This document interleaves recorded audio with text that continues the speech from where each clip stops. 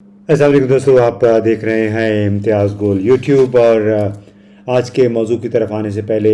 ایک بار پھر حسب معمول ریکویسٹ کہ اس چینل کو ویو تو آپ کر رہے ہیں، لیکن اس کے ساتھ ساتھ اس کو سبسکرائب کریں، دوستوں کے ساتھ شیئر کریں، اور انہیں بھی اس کو سبسکرائب کرنے کی درخواست ضرور کریں۔ اور آج کا موضوع کیا، یہ کوئی ملے جلے موضوع ہیں۔ آج چاند رات تھی، اب آخری رمضان المبارک کا اب اختتام ہو گیا ہے، بڑی خیریت کے ساتھ کوئی ناخوشگوار واقعہ پیش نہیں آیا، سوائے اس کے کہ 9 اپریل کو پی ٹی آئی کی حکومت ختم ہو گئی ایک عدم اعتماد کے ووٹ کے ذریعے۔ اب اس کے بعد سے جتنی ہم نے ویڈیوز کی، اس میں کچھ ویڈیوز کے بعد چند دوستوں نے جو کہ ہمارے گروپس پہ ہیں، واٹس ایپ گروپ سے، انہوں نے شکایت کی کہ یہ بہت زیادہ پی ٹی آئی کے حق میں بات ہو رہی ہے۔ پی ٹی آئی، آپ لوگ عمران خان کو پروجیکٹ کر رہے ہیں اور آپ بڑے پرو عمران خان یا پرو پی ٹی آئی لگتے ہیں۔ تو میرا ان تمام دوستوں سے دست بستہ ایک گزارش یہ ہے کہ یہ کوشش جو ہے ہماری، یہ کوئی عمران خان کے لیے نہیں ہے، یہ پی ٹی آئی کے لیے نہیں ہے۔ میں نے کبھی پی ٹی آئی کو ووٹ بھی نہیں دیا، نہ ہی عمران خان صاحب سے پوری زندگی میں 2 یا 3 مرتبہ کے علاوہ ملا ہوں، وہ بھی پروفیشنل میٹنگز تھیں۔ تو ہمارا کام صحافت ہے، آبجیکٹو سیاست بامقصد اعداد و شمار کی مدد سے، اور جو چیز صحیح نظر آئے گی اس کی ہم ضرور تعریف کریں گے، بالکل ایسی جیسے موجودہ وزیر خزانہ مفتاح اسماعیل نے فیڈرل بورڈ آف ریونیو کے ملازمین کی بہت تعریف کی ہے۔ انہوں نے بلکہ شاباش دی ہے کہ اس سال کے پہلے 10 مہینوں کے دوران فیڈرل بورڈ آف ریونیو نے تقریباً 29 یا سمجھیں کہ 30% کے قریب زیادہ محصولات وصول کیے ہیں، اکٹھے کیے ہیں، یعنی ایک بڑی زبردست کارکردگی ہے جس کی تعریف مفتاح اسماعیل صاحب نے بھی کی ہے، جو کہ موجودہ حکومت کے وزیر خزانہ ہیں۔ تو میں بھی یہی کرتا ہوں، چاہے فیڈرل بورڈ آف ریونیو ہو، چاہے اسٹیٹ بینک آف پاکستان ہو، چاہے فیڈرل بیورو آف اسٹیٹسٹکس ہو، یا آئی ایم ایف یا ورلڈ بینک، ان سب کے اعداد و شمار کی مدد سے کوشش میں کرتا ہوں کہ بات کروں کہ آیا یہ جو ہر طرف برباد معیشت اور تباہی کے نوحے پڑے جا رہے ہیں، یہ کس حد تک درست ہیں۔ ٹھیک ہے، سیاسی جماعتوں کو بالکل ان کی ثوابدید ہے سیاست کرنا، لیکن انہیں عوام کو گمراہ نہیں کرنا چاہیے، جھوٹ نہیں بولنا چاہیے، منافقانہ انداز میں اعداد و شمار کو توڑ مروڑ کر نہیں پیش کرنا چاہیے، اور یہی ہماری کوشش ہے۔ اسی پہ ہم نے اپنا کریئر بنایا ہے، جب سے ہوش سنبھالا، رپورٹنگ شروع کی۔ ابھی بھی رپورٹنگ کیا ہے، ہم تجزیہ بھی کرتے ہیں، کوشش کرتے ہیں کہ پاکستان کے بارے میں حالات کا بامقصد آبجیکٹو تجزیہ کیا جائے۔ اب اس کی بنیادی وجہ یہ ہے کہ جب سے مدینہ منورہ یعنی مسجد نبوی میں یہ واقعہ ہوا کہ چور چور لوٹے لوٹے کے نعرے لگے ہیں، اس کے بعد سے پاکستان کے اندر جو سیاسی تقسیم ہے وہ مزید گہری ہو گئی ہے۔ یعنی آپ نے سنا، کل بھی ہم نے کہا تھا کہ 150 کے قریب لوگوں کے خلاف جو پی ٹی آئی کے ہیں، بشمول عمران خان کے، ان کے خلاف ایف آئی آریں کاٹ دی گئیں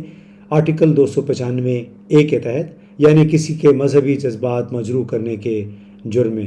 تو اس کے بعد سے بہت شور اٹھا ہے، ظاہر ہے human rights commission of Pakistan نے بھی فوری طور پہ اس ان مقدمات کی واپسی کا مطالبہ کیا ہے۔ خود پیپلز پارٹی کے سیکرٹری جنرل فرحت اللہ بابر صاحب نے بڑا زبردست کام کیا۔ انہوں نے آج ایک بیان میں کہا کہ مذہب کو یا مذہبی قوانین کو سیاسی ہتھیار کے طور پہ اپنے مخالفین کے خلاف استعمال کرنا قابل مذمت ہے۔ انہوں نے ماضی میں بھی پیپلز پارٹی نے اس کی مذمت کی تھی، مخالفت کی تھی، اور اب بھی وہ مذمت کریں، اور ساتھ میں انہوں نے یہ کہا کہ سوچ سمجھ سے کام لیا جائے، اس قسم کے نازک اور حساس معاملات کو اتنی آسانی سے سیاست کی نظر نہ کریں۔ تو اسی بنیاد پہ ہم نے گزشتہ دنوں، بلکہ خاص طور پہ کل جو بات چیت کی، تو کچھ دوستوں نے یہ کہا کہ آپ نے شیخ رشید اور عمران خان کی اشتعال انگیز تقاریر کا ذکر نہیں کیا۔ تو جناب، بات یہ ہے کہ ہم ہر غلط کام کا نہ تو جواب دینا میری ذمہ داری ہے، اور نہ ہی ہر غلط کام کو ہم نے کبھی صحیح قرار دیا ہے، چاہے نواز شریف ہو، چاہے عمران خان ہو، چاہے آصف زرداری ہوں۔ اگر انہوں نے اچھا کام کیا اس کی تعریف کرنی چاہیے، اگر غلط کام کیا ہے تو اس کی مذمت اور تصحیح کے لیے ضرور اپنے خیالات کا اظہار کرنا چاہیے۔ تو اس میں کوئی تخصیص نہیں ہے۔ اور باقی بات یہ ہے کہ اگر عمران خان اور شیخ رشید نے غلط کام کیا ہے تو اس کا یہ مطلب نہیں ہے کہ ان کی غلطیوں کا، ان کی اشتعال انگیز تقاریر کا جواب اسی انداز میں، اشتعال انگیز انداز میں دیا جائے، باقاعدہ اس کے خلاف مہم چلائی جائے اخبارات کے ذریعے، سرکاری ٹی وی کے ذریعے، کیونکہ دو غلطیوں سے کوئی ایک اچھائی جنم نہیں لے سکتی، بلکہ دو غلطیاں مزید غلطیوں کو جنم دے گی، اور اس کا نقصان، براہ راست نقصان جو ہے وہ پاکستان کو ہوگا۔ لہٰذا ہم سب کو، خاص طور پہ جو سیاسی قیادت ہے، اس کو ہوش کے ناخن لینے چاہیے، اور جو لوگ اعتراضات کرتے ہیں انہیں یہ بھی سوچنا چاہیے کہ آپ اس ملک، سب سے پہلے اس ملک کے شہری ہیں، اس ملک نے آپ کو عزت دی، آپ کو نام دیا، آپ کو مقام دیا، تو اس کے مفادات کو آپ نہ چھیڑیں، اس پہ زد نہ لگائیں، ورنہ تو آپ انہیں لوگوں کے ہاتھوں میں کھیل رہے ہیں جو اس ملک میں انتشار چاہتے ہیں، فساد چاہتے ہیں، بدامنی چاہتے ہیں۔ یہ آرگومنٹس جو دلیل ہے کہ چونکہ انہوں نے چوری کی تھی یا انہوں نے غلط کام کیا تھا، لہٰذا اگر اب غلط کام ہو رہا ہے تو اس میں کیا مذائقہ ہے، یہ اس ملک کے لیے، اس ملک کی سولیڈارٹی کے لیے انتہائی خطرناک بات ہے۔ ہمیں اس طرح کے اس جال میں نہیں پھنسنا چاہیے۔ اب کچھ سوالات ہو جائیں۔ گزشتہ دنوں ایک دو ہمارے شوز تھے، ویلاگس تھے، اس کے جواب میں ایک ہمارے دوست ہیں سید رضا صاحب، انہوں نے یہ کہا تھا کہ کیا یہ عثمان بزدار کی کامیابی نہیں ہے کہ ان کی مخالفت تو بڑے بڑے لوگوں نے کی، لیکن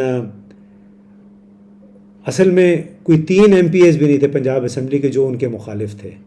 تو کیا یہ ان کی کامیابی نہیں تھی؟ تو سید رضا صاحب بالکل آپ نے صحیح کہا کہ یہ واقعتاً عثمان بزدار کی کامیابی تھی کہ اپنے جماعت کے 26 لوگ منحرف تو ہوئے، بک گئے، لیکن پبلک میں آ کے کسی نے عثمان بزدار کی طرف انگلی نہیں اٹھائی کہ اس نے کوئی غلط کام کیا۔ ہوئے ہوں گے کام، بہت سارے کام ہوئے ہوں گے۔ پاکستان کا جو گورننس کا نظام ہے وہ ایسا ہے کہ جس کو عمران خان یا کچھ دوسرے لوگ کرپشن کہتے ہیں، وہ کرپشن دراصل سسٹمک ہے، نظام کے اندر ہے۔ جیسے آج ہی میں پڑھ رہا تھا کہ سندھ میں وزیر اعلیٰ نے جو سستا آٹا فراہم کرنے کی ایک اسکیم بنائی، پھر یہ بتایا گیا کہ کوئی 25 کروڑ کا ایکچولی غبن ہوا ہے، خرد برد ہوئی ہے۔ تو دنیا اخبار نے یہ رپورٹ کی ہے کہ سرکاری ذرائع کے مطابق 25 کروڑ کی خرد برد اس طرح ہوئی کہ 16 فلاور ملوں کے نام کوٹے جاری کیے گئے، ان کو ٹھیکے دیے گئے، اور اصل میں وہ فلاور ملز یا آٹے کی ملیں جو ہیں وہ موجود ہی نہیں ہیں، سرے سے کاغذوں پہ ہیں، اور ان کو یہ فنڈز فراہم کیے گئے کہ آپ لوگوں کو سستا آٹا فراہم کریں، اور پاکستان میں جو اربوں کھربوں روپے کھائے گئے ہیں وہ اسی طرح کھائے گئے ہیں۔ شرجیل میمن صاحب کے خلاف بھی جو مقدمات بنے تھے نیشنل اکاؤنٹیبلٹی بیورو میں، وہ ایسے ہی تھا۔ مثلا ایک ریڈیو اسٹیشن کے ساتھ انہوں نے کوئی 14-15 کروڑ روپے کا ایک معاہدہ کیا تھا کہ آپ حکومت کے حوالے سے ایک کیمپین چلائیں گے اور اس کے لیے آپ کو 14-15 کروڑ روپے دیے جائیں گے۔ وہ پیسے بظاہر تو اس ریڈیو چینل کو مل گئے، لیکن وہ کیمپین نہیں چلی۔ ٹھیک ہے، ان کو کچھ پیسے دیے ہوں گے، اور بعد میں نیشنل اکاؤنٹیبلٹی بیورو کے دباؤ پہ اس کمپنی نے تمام پیسے واپس بھی کر دیے۔ تو اس طرح جناب ہوتی ہے کرپشن۔ یہ میں نے چھوٹی چھوٹی 2 مثالیں آپ کو دی ہیں۔ تو ہمیں یہ ذہن میں رکھنا چاہیے کہ پاکستان کا نظام، جو گورننس کا نظام ہے، اتنا پیچیدہ ہے کہ اس میں کوئی بیوروکریٹ، کوئی سیاستدان تبدیلی بھی نہیں چاہتا، کیونکہ اسی نظام کے ذریعے وہ اپنے مستقبل کے الیکشن کانٹیسٹ کے لیے، الیکشن کیمپین کے لیے،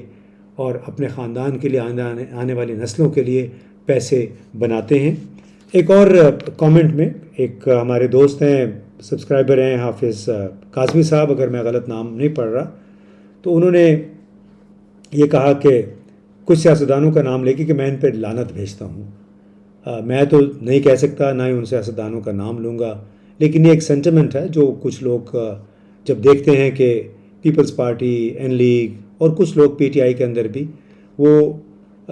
کیا کیا خیالات رکھتے ہیں اور اصل میں کرتے کیا ہیں۔ پھر کوئی ایک آصف ججا صاحب ہیں، انہوں نے یہ کامنٹ لکھا کہ اس ملک میں کوئی کام کبھی میرٹ پہ ہوا ہے؟ جی جناب، بالکل ایک جائز سوال ہے۔ میرٹ کی یہاں دھجیاں اڑائی جاتی ہیں، خاص طور پہ جب یہ معاملات اعلیٰ سطح پہ ہوں تو اس میں تو پھر میرٹ کوئی نہیں ہوتا بلکہ آپ کے تعلقات کام آتے ہیں۔ کئی جگہ پہ میرٹ پہ بھی کام ہوتا ہے، یہ نہیں کہنا چاہیے 100% نہیں ہوتا، لیکن 50، 60، 70% شاید تعلقات کی بنا پہ اور سیاسی اور سماجی مصلحتوں کی بنیاد پہ کام ہوتے ہیں۔ پھر ایک اویس جان سر ہندی صاحب نے اپنے کامنٹ میں یہ لکھا کہ ہم نے یہ چینل آپ کا اس لیے سبسکرائب کیا کہ آپ سچ بولتے ہیں اور سچ بولتے رہیں۔ تو جناب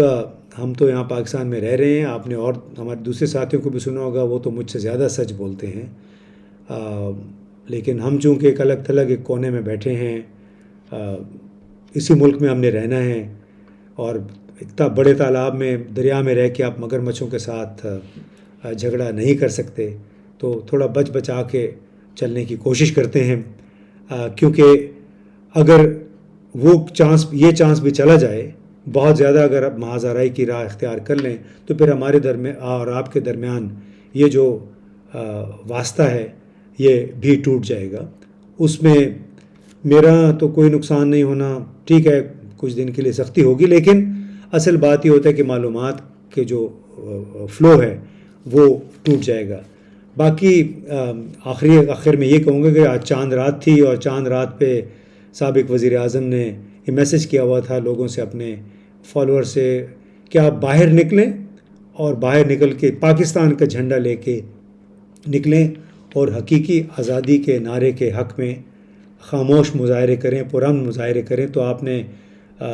ٹی وی پہ اور سوشل میڈیا پہ دیکھا ہوگا، کراچی، لاہور، اسلام آباد، پشاور، ہر جگہ پہ اس نوعیت کے اظہار یکجہتی ہوا ہے چاند رات پہ۔ اس پہ بھی موجودہ حکومت کے جو چیدہ ارکان ہیں، وزراء ہیں، انہوں نے بڑا اعتراض کیا کہ دیکھیں جی چاند رات کو بھی انہوں نے سیاست کے رنگ میں رنگ دیا۔ تو جناب جب مدینہ منورہ مسجد نبوی میں ہونے والے واقعات کے حوالے سے ایف آئی آر پاکستان میں کٹ سکتی ہے، ایک ایسے واقعے کے حوالے سے جس میں آئین کا آرٹیکل 295 لاگو ہی نہیں ہوتا ہے، تو آپ اس دوسری جماعت کو خاموش احتجاج سے کیسے روک سکتے ہیں؟ احتجاج کسی بھی صورت میں ہو سکتا ہے، کسی بھی موقع پہ ہو سکتا ہے۔